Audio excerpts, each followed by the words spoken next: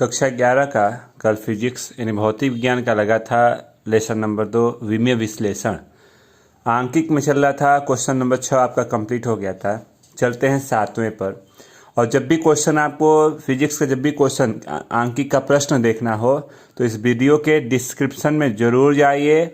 जितने भी प्रश्न हैं आंकिक के आप उसको पहले नोट कर लीजिए, तब वीडियो को देखिए, तब आपको क्लियर समझ में आना शुरू हो जाएगा। ठीक ना।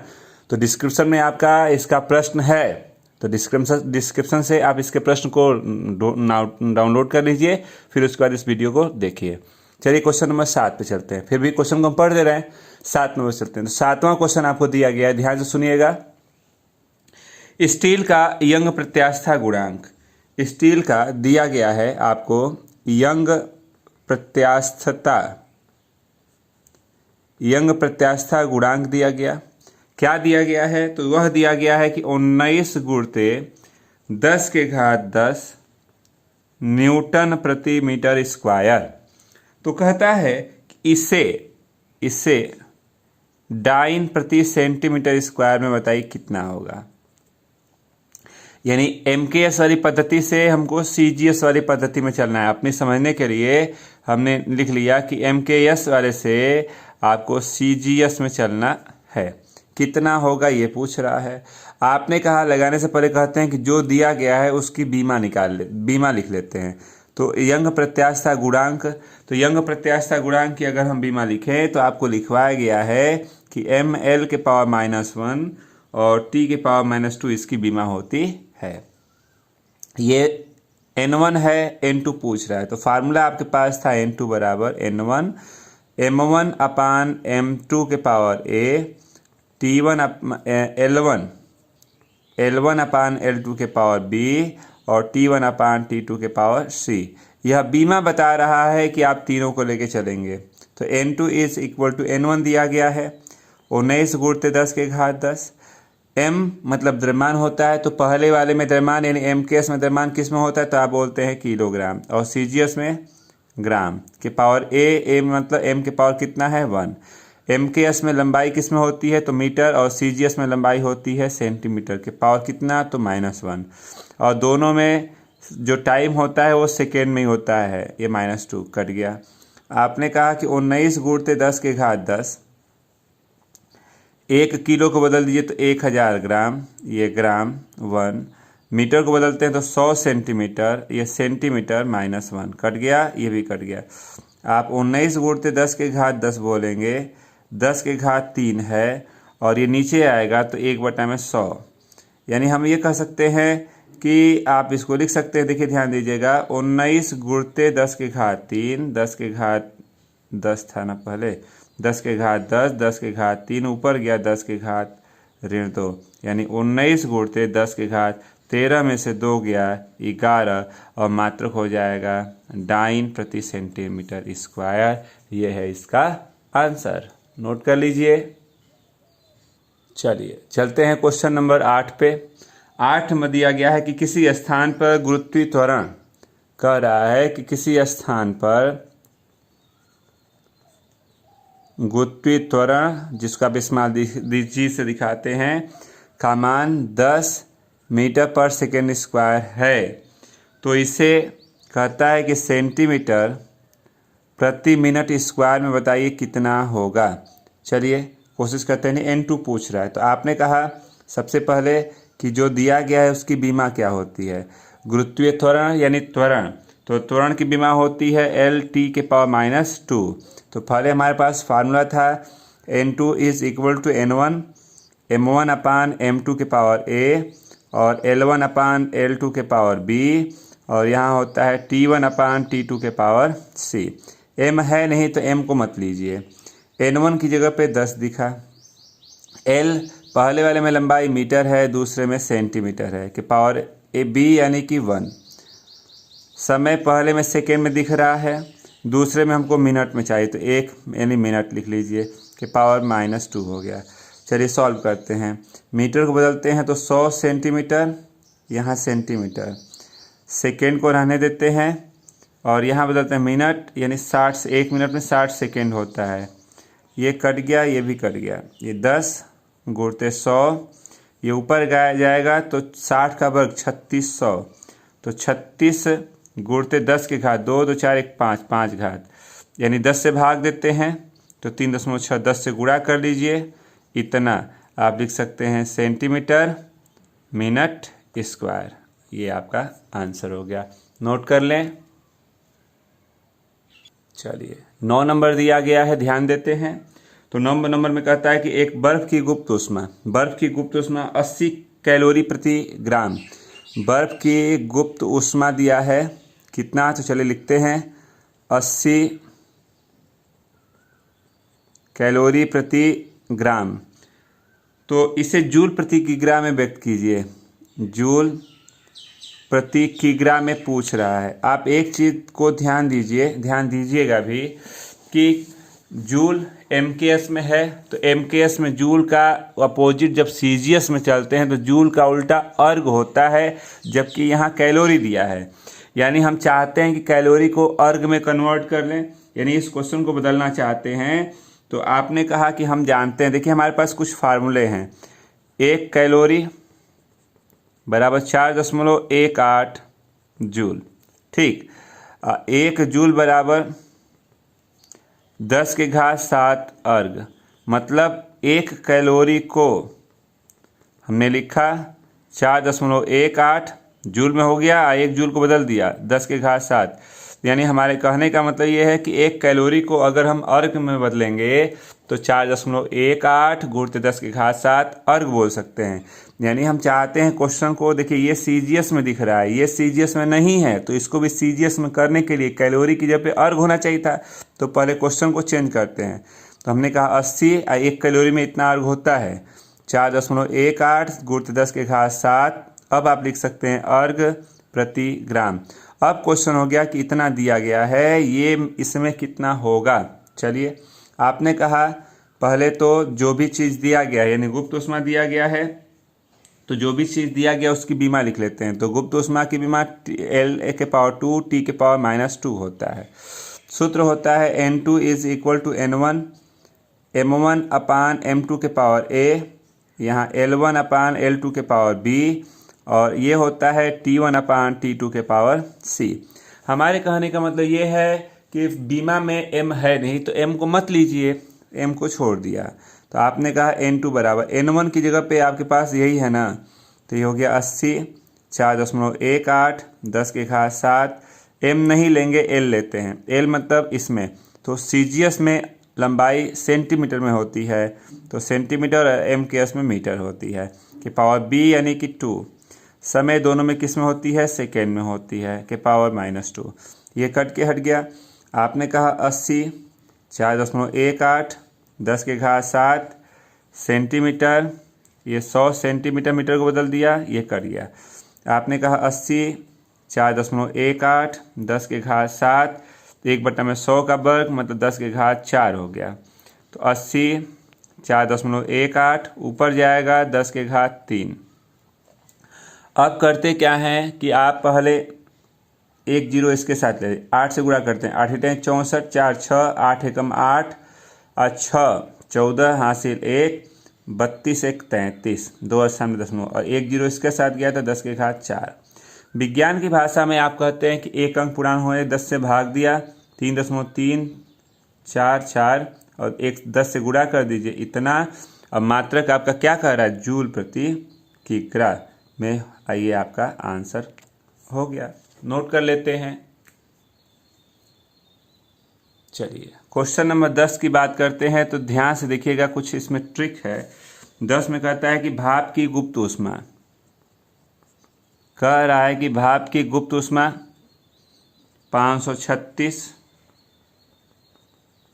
कैलोरी प्रति ग्राम है, तो इससे जूल प्रति किग्रा में कितना बदल सकते हैं आप। तो देखिए जैसे अभी आपने क्वेश्चन नंबर 9 लगाया ना, एकदम 9 के जैसा ये दिख रहा है, सेम वही चीज़ है। जहाँ ये 80 दिया है यहाँ 536 कर लिया है। एकदम ऐसे ही सॉल्व करिएगा, जहाँ जहाँ 80 है, ये 80 है 80 है 80 है 80 है, तो जहाँ जहाँ 80 है वहाँ 556 करके सॉल्व कर लीजिए, तो इसको भी आप लगा सकते हैं। कोई डिस्टेंस, सब कुछ वही है। जहाँ क्वेश्चन नंबर 9 में 80-80 दिख रहा है, वहाँ क्वेश्चन नंबर 10 में लगाते समय 80-80 की जगह पे 536 करके सॉल्व कर सकते हैं। कहिए, तो इसका आंसर लिख देते हैं। तो 10 नंबर का आपका आंसर आता है 2240.48 गुणित 10 के घात 3। तो बदल ना दीजिए, तो इसको बदल देंगे। अगर मान लीजिए कन्वर्ट करते हैं तो 2.24 गुणित 10 के घात 6, इसका आंसर आ गया जूल प्रति किग्रा। आप अगर लगाना चाहेंगे तो लगा के चेक कर लीजिएगा, 10 वाले का आंसर इतना ही आएगा।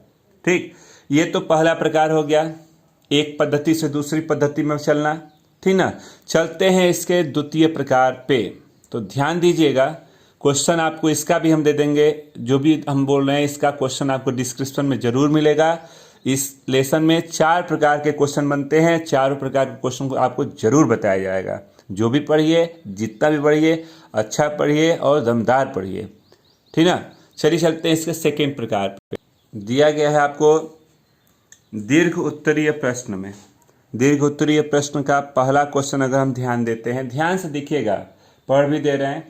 कह रहा है कि विमीय विश्लेषण द्वारा सिद्ध कीजिए कि गुरुत्व के अंतर्गत मुक्त रूप से गिरते हुए पिंड द्वारा स्मॉल t समय में चली गई दूरी का समीकरण h बराबर 1/2 GT² अशुद्ध है। विमाओं की सहायता से शुद्ध समीकरण ज्ञात कीजिए। यानी इसमें 2 क्वेश्चन कह दिया। अगर शुद्ध अशुद्ध की बात करते हैं तो h मतलब हाइट होती है, मतलब लंबाई। ठीक ना, तो लंबाई की विमा l होती है, ये हो गया। इसकी बात करते हैं 1/2 अंक है, तो अंक की विमा नहीं होती, हटा दीजिए। g मतलब गुरुत्वीय त्वरण की विमा l t⁻⁻1 और t समय है यानी t, और ये स्क्वायर है। l t⁻⁻1 और ये t² है, इसको ऐड करेंगे तो जो जैसा पावर होता है उसके साथ ऐड हो जाता है t⁻⁻1, और इधर चल रहा है l। आप कहेंगे ना कि दोनों साइड इक्वल नहीं है, तो इसलिए क्या है, अशुद्ध है। कह रहा है कि जब अशुद्ध है तो शुद्ध बता दीजिए, यानी सही क्या होगा वो आपको बताना है। ठीक ना, तो चलिए हल करते हैं। शुद्ध क्या होगा, तो आपने कहा कि यह यच, रूल समझिएगा, यह यच प्रोपोर्शनल है g और t पर। यह निर्भर करता है गुरुत्वीय त्वरण और g पर, तो ये इसके पावर a और b कर लीजिए। h बराबर करेंगे तो कांस्टेंट लेंगे, g के पावर a t के पावर b। रूल इसका ये कहता है कि यह इक्वेशन 1 कर लीजिए। इसकी विमा हाइट यानी लेंथ l, k कांस्टेंट है, रहेगा ही रहेगा। g त्वरण l t⁻⁻1 और t समय तो t के पावर ऐसे कर लीजिए b। l कर लेते हैं, k हो गया l के पावर a और t वाला -a और b, -a + b बोल सकते हैं। अब यहाँ से अगर हम पावरों की तुलना करते हैं तो तुलना करेंगे तो देखिएगा, इधर l है, यहाँ 1 है, तो a की जगह पे 1 हो गया, -1 धन b, इधर t है नहीं मतलब 0, तो a का मान तो आ गया, इसको यहाँ रखते हैं -1 धन b।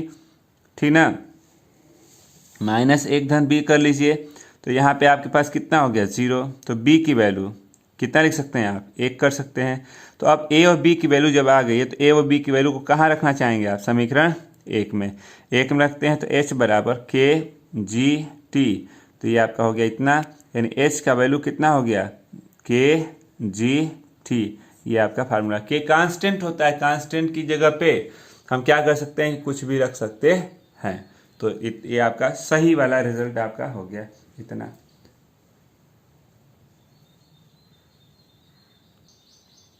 अगर आप क्वेश्चन नंबर 1 की बात करते हैं, 1 में जो आपका ये लगाया गया है, तो देखिए बहुत बड़ी गलती हो गई है। इसमें जो क्वेश्चन था 1/2 GT था। इसको शुद्ध अशुद्ध की बात करते हैं तो त्वरण की विमा होती है t⁻⁻2, ठीक ना, -2 यानी ये कट गया, ये आपका पावर रहेगा नहीं, ये पावर रहेगा नहीं, ठीक ना, ये t हो गया, ये आपका t⁻⁻1 हो गया, यानी ये इक्वल नहीं है तो सही हो गया।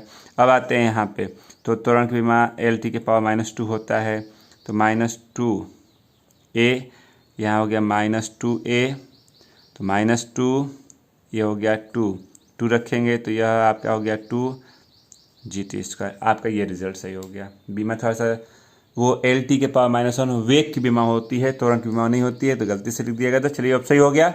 चलिए चलते हैं इसी के सेकेंड प्रकार पे। सेकेंड क्वेश्चन नंबर दिया गया है, पढ़ दे रहे हैं।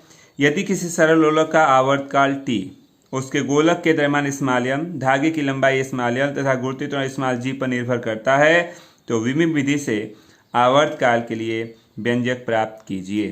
कह रहा है कि दूसरे वाले में कि कोई आवर्तकाल है कैपिटल टी, निर्भर करना यानी प्रोपोर्शनल, वो निर्भर कर रहा है किस पर, तो द्रव्यमान पे एम पे, धागे की लंबाई यल पे और गुरुत्वीय त्वरण जी पे। तो इसके लिए क्या सूत्र हो सकता है, तो निर्भर किया करके पावर अपने मन से लिख दिया।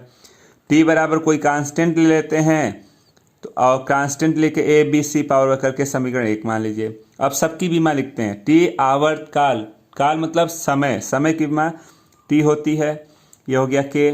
एम द्रव्यमान है यानी लंबाई, एम क्या है, द्रव्यमान दिया तो द्रव्यमान की विमा एम ही होती है।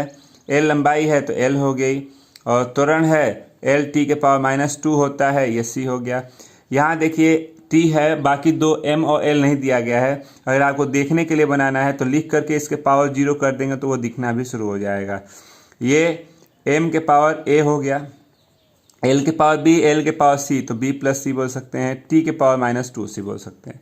अब यहाँ अगर हम तुलना करते हैं तो यम के पावर ए यहाँ 0, यल के पावर बी प्लस सी है, इधर 0 है, -2c इज इक्वल टू कुछ नहीं तो 1 दिखा, तो c की वैल्यू 1/2 माइनस में हो गया। इस c को यहाँ रखते हैं तो c को यहाँ रखते हैं तो b की वैल्यू 1/2 हो गया। a b c तीनों वैल्यू आ गई। आप इसको कहाँ रखना चाहेंगे, तो आपने कहा हम इसको रखते हैं समीकरण नंबर 1 में। 1 में रखते हैं तो t बराबर k m l g 0, ये हो गया 1/2 -1/2, तो t बराबर k, ये 1 हट गया, रूट में l अपान में आया g, तो ये आप इसको इतना लिख सकते हैं। नोट कर लीजिए आप इसको। चलिए क्वेश्चन नंबर 3 की बात करते हैं। तो तीसरा नंबर आपको दिया गया है कि किसी माध्यम में ध्वनि की चाल स्मॉल भी माध्यम की प्रत्यास्थता कैपिटल ई तथा घनत्व स्मॉल डी पर निर्भर करती है। विमेय विधि से माध्यम में ध्वनि की चाल का सूत्र स्थापित कीजिए। ध्वनि की चाल दे दिया भी, निर्भर कर रहा है किस पे, प्रत्यास्था पे और घनत्व डी पे। तो पावर ए और बी कर लेते हैं, तो भी बराबर के ई और डी के पावर बी। इक्वेशन फर्स्ट कर लेते हैं, सबकी बीमा लिखते हैं तो वेग की बीमा होती है एल टी के पावर -1 के। प्रत्यास्थता, तो प्रत्यास्थता की बीमा आपको याद होनी चाहिए, पीछे लिखवाया गया है एम एल के पावर -1 टी के पावर -2, एम एल के पावर -1 टी के पावर -2, ए हो गया। डी घनत्व है तो घनत्व की बीमा होती है एम एल के पावर -3, ये पावर बी। एम नहीं दिख रहा है तो एम के पावर 0 करके आप इसको चाहें तो दिखा सकते हैं। तो यहाँ के ये सब एम एक साथ लेते हैं तो एम के पावर ए, एम के पावर बी, ए प्लस बी हो गया। यहाँ एल की बात करते हैं तो एल के पावर -a यानी -a -3b और टी में -2a है। तुलना करते हैं घातों की, तो a प्लस बी एम वाला है, यहाँ 0, -a -3b 1, -2a is equal to -a की वैल्यू 1/2 हो गया। इस a की वैल्यू को यहाँ रख दीजिए, तो आपने कहा कि यहाँ रखिए, चाहे यहाँ कहीं भी एक जगह रख दीजिए, तो b की वैल्यू -1/2 आया। जब a व b की वैल्यू आपके पास आ गई है तो आप इक्वेशन फर्स्ट को लेते हैं। इक्वेशन फर्स्ट को लेते हैं तो फर्स्ट में आपके पास रिजल्ट है कि v k e d यानी 1/2 -1/2, तो v k e के पावर 1/2 d के पावर 1/2, तो v k e d 1/2 का मतलब रूट कर सकते हैं। तो ये आपका फार्मूला बन गया विमेय विधि से। ठीक, नोट करिए इसको आप। चलिए क्वेश्चन नंबर चलते हैं 4 नंबर पे। 4 नंबर पढ़ देते हैं, सुन लीजिए पहले।